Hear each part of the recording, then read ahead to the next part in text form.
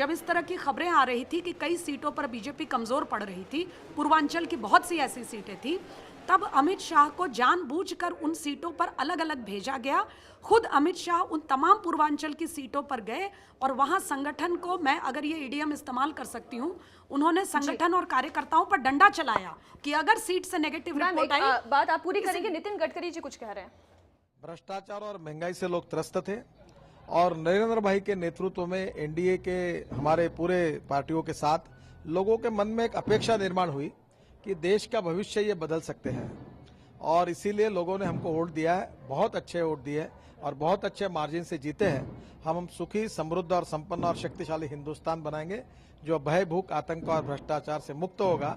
और जो हमने स्लोगन दिया था कि अच्छे दिन आएंगे, अब वो अच्छे दिन आने की शुरुआत हुई है और मेरा विश्वास है कि हिंदुस्तान के गांव, गरीब, मजदूर और किसान का भविष्य बदलेगा और हिंदुस्तान दुनिया के नंबर 1 की ताकत बनेगा। आप भी नागपुर से लोकसभा चुनाव लड़ रहे थे, आपके अपनी जीत के प्रति कितने आश्वस्त?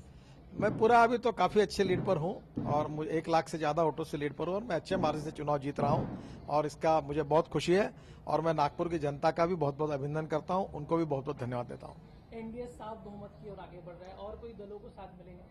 देखिए, हमारी हर समय ये भूमिका रही है।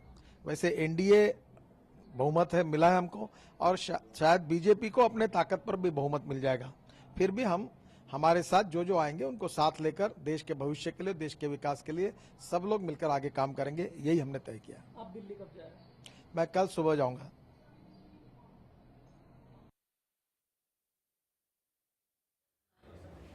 और अब आपको सीधा लिए चलते हैं विनोद जी के पास। स्टूडियो में इस वक्त वो मौजूद हैं।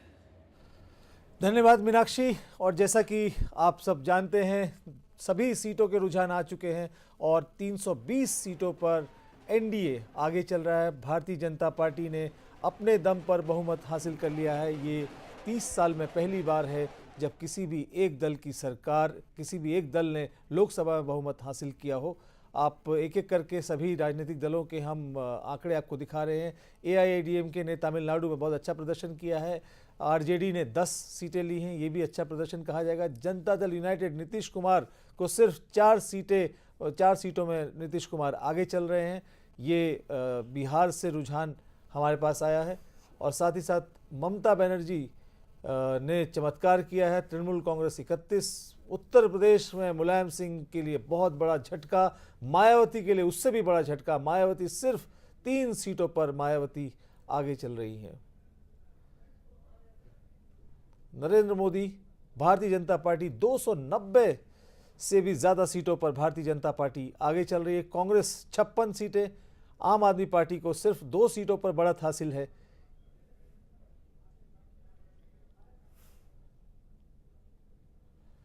तो ये अभी तक की बड़ी तस्वीर आपने देखी।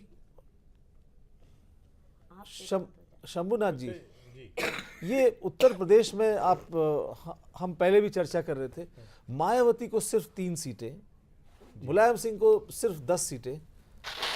इसका एक तो सीधा सीधा असर ये है विनोद जी कि इनको खासतौर पर इनका जो वोट बैंक है, यानी यादव और जाटव दोनों का एक जो मिडिल क्लास आया है वो कहीं ना कहीं महंगाई से भी त्रस्त रहा, कहीं ना कहीं उसे गुड गवर्नेंस की बात भी पिंच करी और वो सीधे सीधे मोदी के साथ जुड़ा दिखाई पड़ता था। पहली बार हुआ कि मुलायम सिंह के अपने वोट बैंक यादवों में से एक बड़ा पोर्शन, मेजर पोर्शन, लोगों को लग रहा था कि नेताजी तो सिर्फ अपने परिवार के लिए करते हैं, उन्होंने सारी सीटें अपने परिवार में बांट दी, तो वो टूटा। फिर मायावती से जाटव टूटा, वो भी बीजेपी को प्लस हुआ। जितना अगड़ा वोट बैंक था यूपी का वो तो गया ही है। इसके अलावा ओबीसी में जो पटेल, खासतौर कुर्मियों का लगभग 70% वोट जो है वो बीजेपी को गया है। इसका फ़ायदा साफ साफ दिखाई पड़ रहा। दूसरे, जिस तरह से अन्य जातियाँ, जैसे छोटी जातियाँ जैसे अति पिछड़ा बोलते हैं, उनको लेकर के मायावती और समाजवादी पार्टी में गेमिंग होती रही। कभी उनको पिछड़ों में डाला गया, कभी उनको दलितों में डाला गया, तो इसका असर ही पड़ा और वो सारी जातियां जो हैं एकजुट होकर के चली गई बीजेपी को, तो इसका लाभ भी मिला है। जो हम 60 सीटें देख रहे हैं। क्या मधु किश्वर जी हमारे साथ हैं? मधु जी, आपको क्या लगता है कि जिस तरह भारतीय जनता पार्टी का प्रदर्शन रहा, अकेले अपने दम पर ही बहुमत भारतीय जनता पार्टी ने हासिल कर लिया, नरेंद्र मोदी को अब आगे आने वाले 5 सालों में तो कोई भारतीय जनता पार्टी से कम कोई दिक्कत नहीं होनी चाहिए?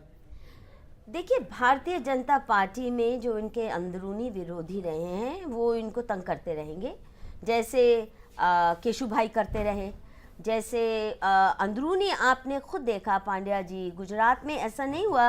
हालांकि नरेंद्र मोदी ने वाकई गुड गवर्नेंस से बहुत अच्छा अपना रिकॉर्ड इस्टेब्लिश किया, पर जो उनके विरोधी थे उनको हजम नहीं हुआ।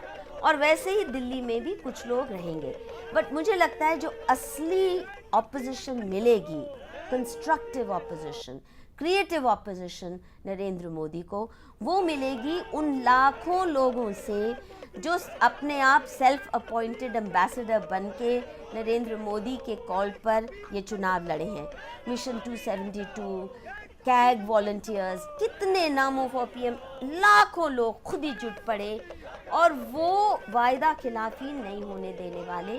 अगर नरेंद्र मोदी दिखते हैं कि अपने वायदों पर खड़े नहीं उतर रहे, तो ये